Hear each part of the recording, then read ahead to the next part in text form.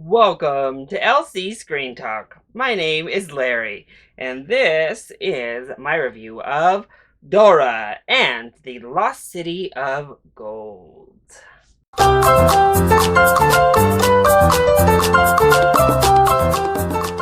Hola, mi amigos of YouTube.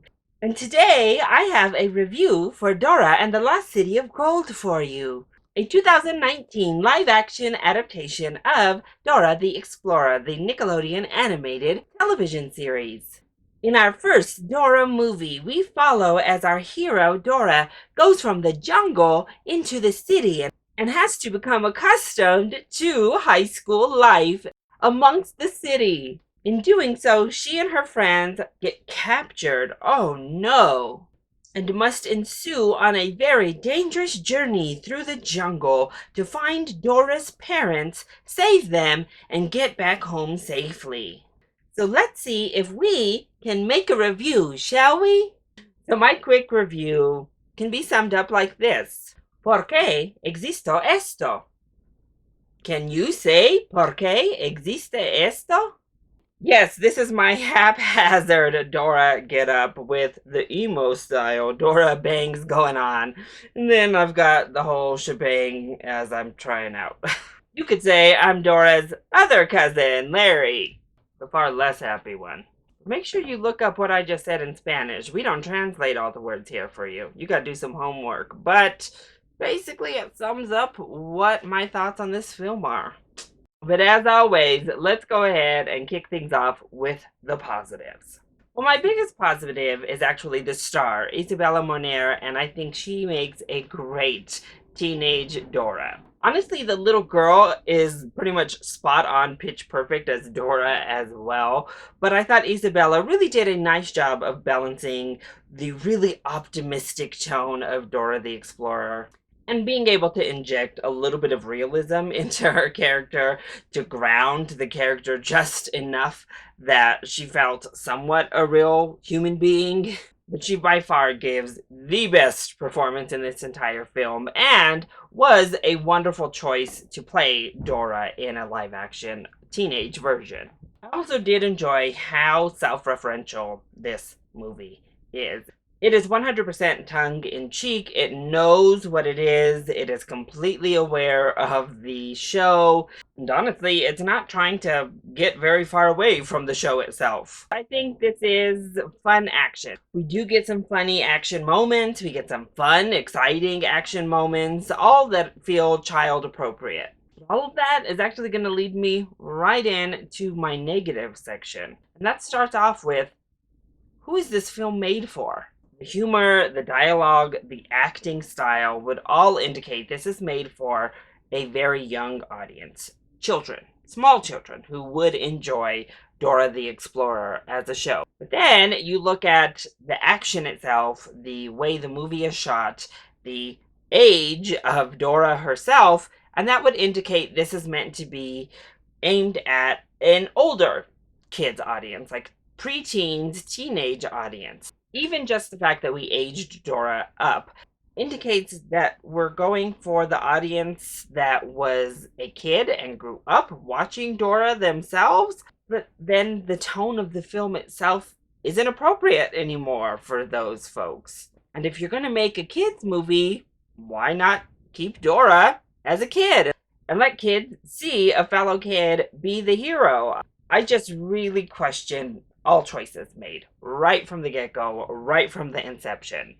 And we go from paying homage and pulling from the animated series to pretty much flat out making fun of the animated series. We really juggle back and forth between it of, are we poking fun at the animated series or are we trying to be the animated series in live action? There are weird moments with the animals, particularly that take you out of any sort of realism setting. Nobody in here feels like actual characters or real people. They're all flat, one-dimensional, stereotype kind of people. You would never see this type of person in real life. All of the acting is highly overacted. There are heavily juvenile jokes, from a poo song to fart jokes and quicksand. I mean, all of it is just like, whoa, this is really juvenile. But the messaging is nice of being yourself, and you being you is all that's needed to save the day and to include everyone, and people will come around to that. But they never tackle any of the deeper issues. They never tackle anything outside of that. Special effects look okay. They certainly don't go for all that realistic, but Boots looks plenty cute as he's hopping around and you get to see his little face. The fox, however, woo! And green screen stuff and some of the special effects and this really weird plot with the Inca tribe, I didn't understand what in the world. So there's not any real realism here. It's all very fantastical and magical, but also trying to realistically age Dora up and put her into a real world setting. The tone doesn't make sense, and it makes everything about the movie confused and muddled.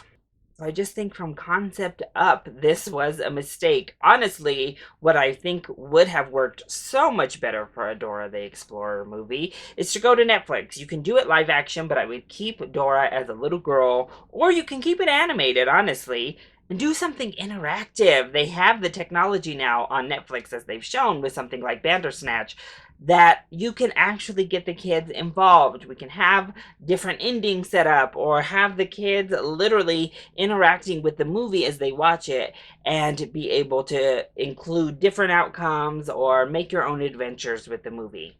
I think that would have been much more effective. You would have had a target audience, and it would take Dora, as we already know her, into an entirely new realm of education and interaction, because that's already what Dora is built on. They just didn't understand what it was they wanted to do, what audience they wanted to appeal to, who was going to be seeing this movie. And honestly, I think it is still aimed at pretty small kids overall.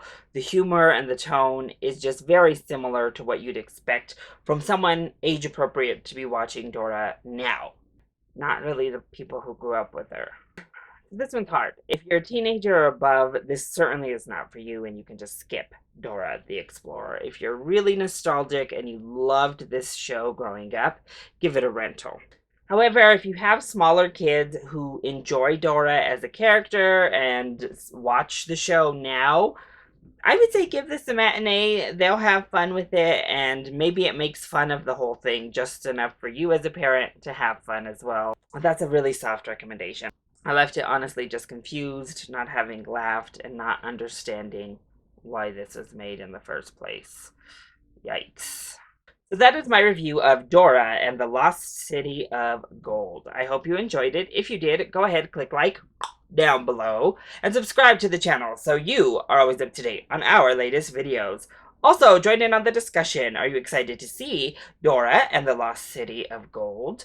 And what are your thoughts on Dora at large? Did you watch the show? Did you grow up watching the show? Was it younger? Was it past your days? And either which way, how does that affect you viewing a teenage live-action Dora movie moving forward? Let me know either in the comment section down below or hit me up on Twitter. I love you all so much for your support. Mwah! Thank you for watching, and I'll see you next time. Bye!